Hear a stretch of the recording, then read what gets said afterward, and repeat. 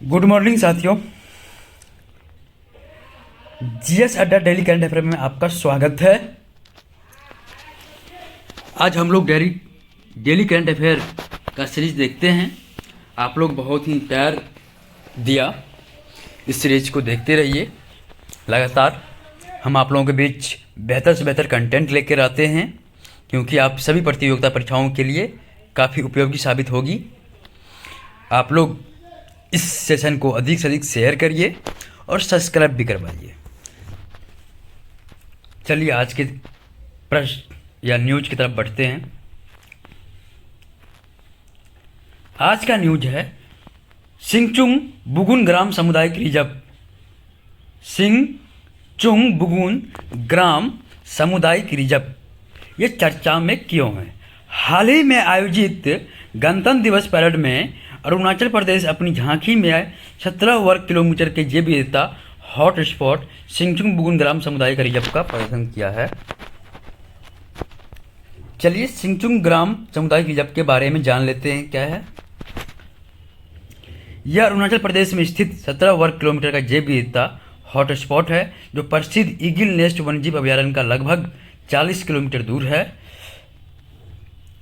अगला पॉइंट है क्षेत्र में जैव विविधता का रक्षा के लिए 2017 में रिजर्व बनाया गया था। अगला पॉइंट है यह गंभीर रूप से लुप्तप्राय प्रजातियां का घर है, जैसे कि पसेरीन पक्षी है एक बुगुन लियोसिचिला, जिसका नाम बुगुन समुदाय के नाम पर रखा गया है।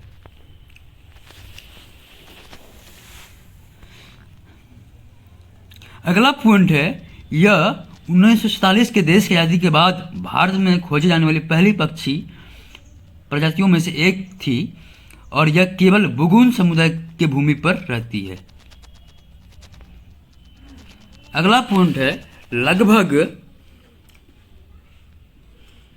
2000 लोगों की आबादी वाला एक स्वदेशी समुदाय, जो ईगल नेस्ट वन्यजीव अभयारण्य के जंगल से बाहर स्थित 12 गांव में फैला हुआ है।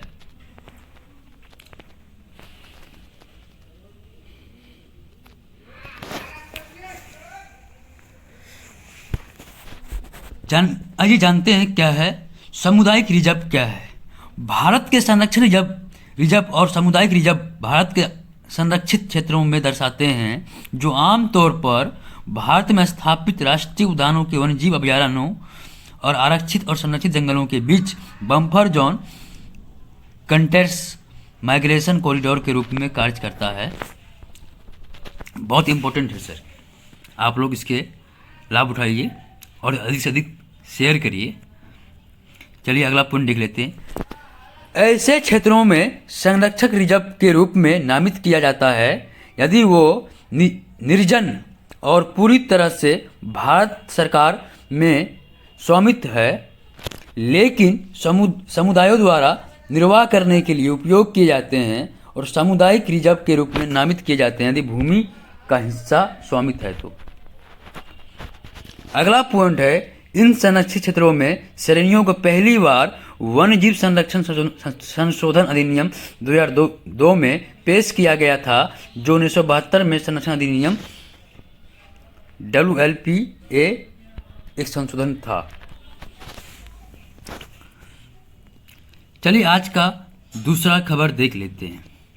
अंतर्राष्ट्रीय न्यायालय का इजराइल के विरुद्ध का निर्णय बहुत इंपॉर्टेंट है, और ये युद्ध जो है इजराइल और हमास के बीच जो चल रहा है बहुत दिनों से चल रहा है, तकरीबन 1 साल से ऊपर हो गया है।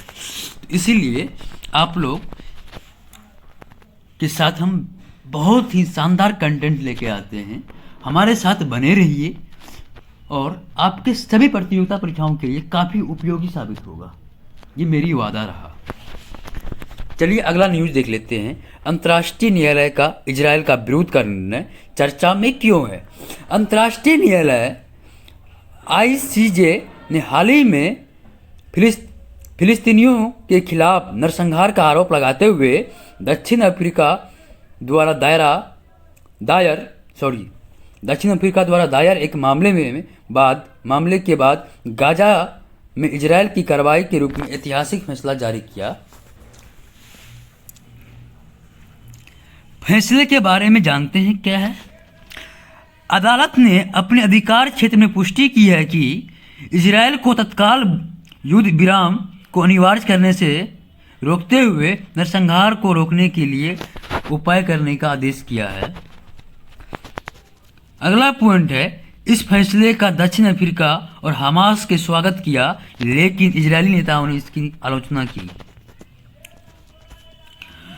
अगला पॉइंट है, अंतर्राष्ट्रीय न्यायालय ने 15 में से 2 फैसला सुनाया कि नरसंहार कन्वेंशन के तहत दक्षिण अफ्रीका नरसंहार आवेदन का संबोधित करना प्रथम दृष्टा अधिकार है। अगला पॉइंट है, अदालत ने पाया है कि गाजा में इजरायल द्वारा किए गए काम को कम से कम कृत्य और चूक नरसंहार सम्मेलन के प्रावधानों के अंतर्गत आने वाले समक्ष प्रतीत होते हैं। इसका मतलब है कि मामला आगे विचार विमर्श के लिए आगे बढ़ सकता है। मामला जो है आगे विचार के लिए मामला बढ़ सकता है, इसीलिए इनको युद्ध विराम के लिए आदेश दिया है।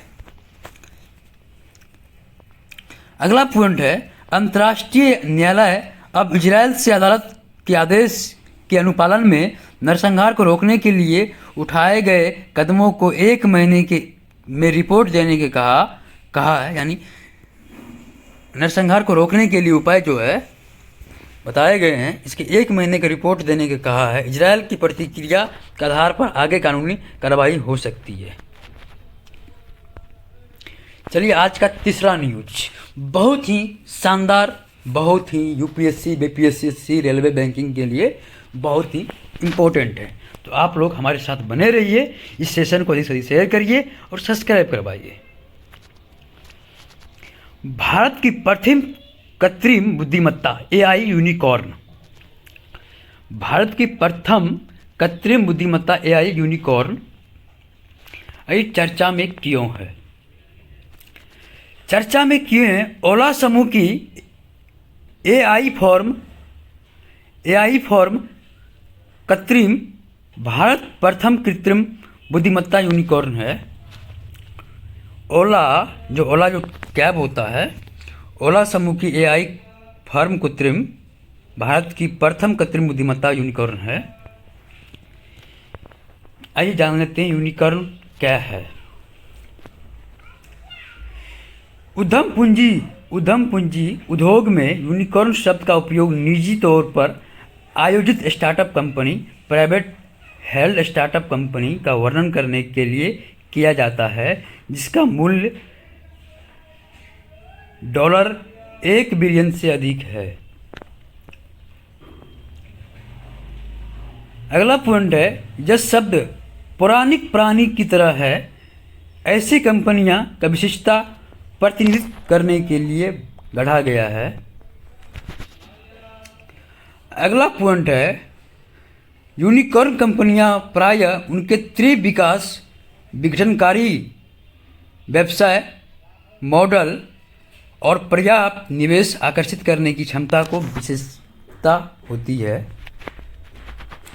अगला पॉइंट है, यूनिकॉर्न का दर्जा प्राप्त करने वाली कंपनियों का उच्च मूल्य वाला माना जाता है और उनमें अपने संबंधित उद्योगों को महत्वपूर्ण रूप से प्रभावित करने का क्षमता होती है।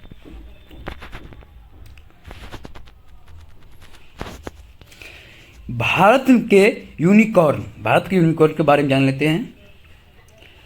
पहला पॉइंट है, 2023 तक भारत में 111 यूनिकॉर्न का घर है, जिसका कुल मूल्यांकन $349.67 बिलियन है।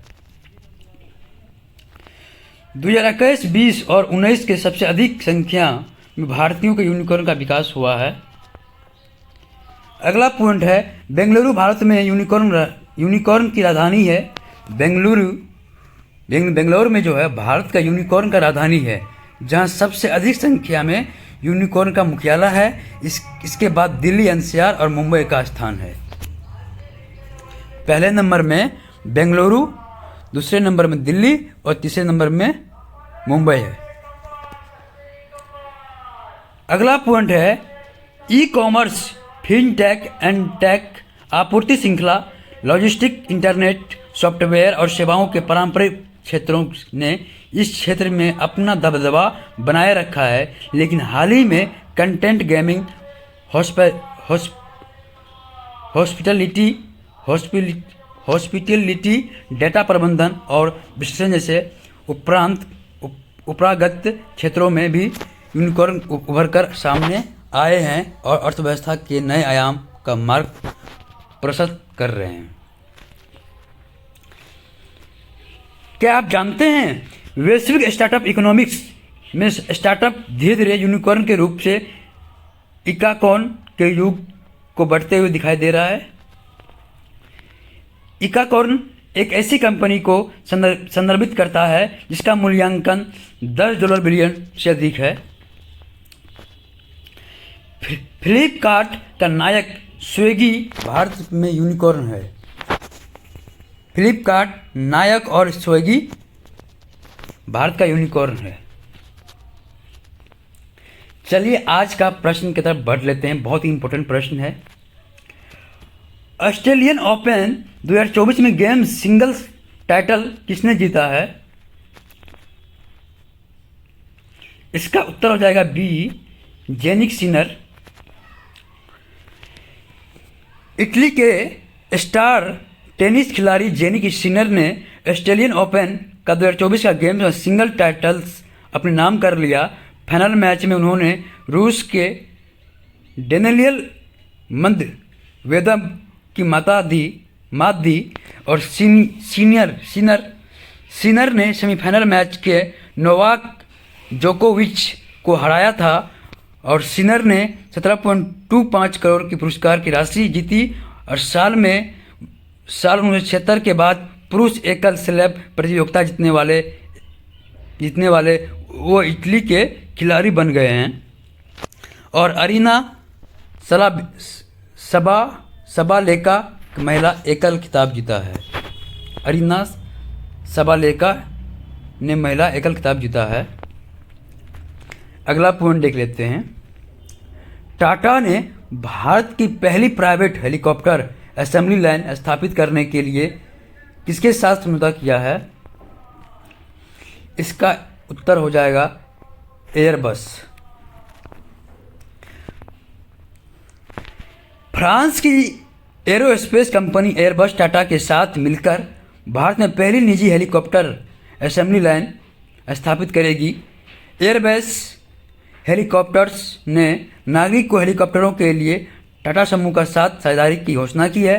एयरबस और टाटा पहले से ही भारतीय वायुसेना को 56 विमानों की आपूर्ति के निबंध के तहत 1995 में सैन्य परिवहन का विमान के लिए बड़ोदरा में FL स्थापित कर रहे हैं। अगला प्रश्न है, उत्तर प्रदेश सरकार ने किस महिला को क्रिकेट को यूपी पुलिस के DSP पद पर नियुक्त किया है? इसका उत्तर हो जाएगा दीप्ति शर्मा।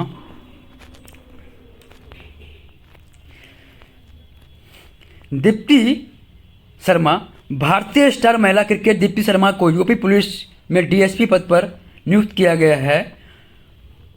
मुख्यमंत्री योगी आदित्यनाथ ने ज्वाइनिंग लेटर के साथ दीप्ति शर्मा को 3 करोड़ रुपया का चेक प्रदान किया है। अगला पॉइंट है, आगरा के रहने वाली दीप्ति शर्मा एशियन गेम्स में भारत का स्वर्ण पदक दिलाने में अहम भूमिका निभाई थी।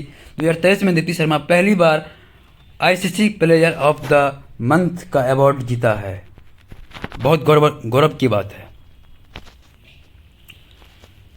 वो क्रिकेटर थी और पुलिस के DSP बन गई है। अगला क्वेश्चन है, हाल ही में सुप्रीम कोर्ट के नए न्यायाधीश के रूप में शपथ ली है। इसका उत्तर हो जाएगा प्रश्न B, वार्ले। ए, न्यायमूर्ति प्रश्न B वार्ले ने हाल ही में सुप्रीम कोर्ट के नए न्यायाधीश के रूप में शपथ लिए हैं। सुप्रीम कोर्ट का प्रधान न्यायाधीश D.Y. चंद्रचूड़ न्यायमूर्ति वाले का शपथ का दिलाई है और इससे पहले कर्नाटक उच्च न्यायालय के मुख्य न्यायाधीश और बम्बई उच्च न्यायालय के न्यायाधीश थे। इसे नियुक्ति के साथ सुप्रीम कोर्ट में 34 न्यायाधीशों की संख्या पूरी हो गई है। तजुर्बा कहता है, हाथों के लकीरों में मोहताज नहीं होती, वो किस्मत के इरादों को स्याही में लिखी जाती है। चलिए आज अब क्लास यहीं तक समाप्त करते हैं और आप लोग सब अच्छे से रहिए, पढ़ाई करिए ध्यानपूर्वक और मिशन 70 में लग जाइए। हमारे यहाँ एडमिशन प्रारंभ है। Thank you so much. मिलते हैं अगले वीडियो में।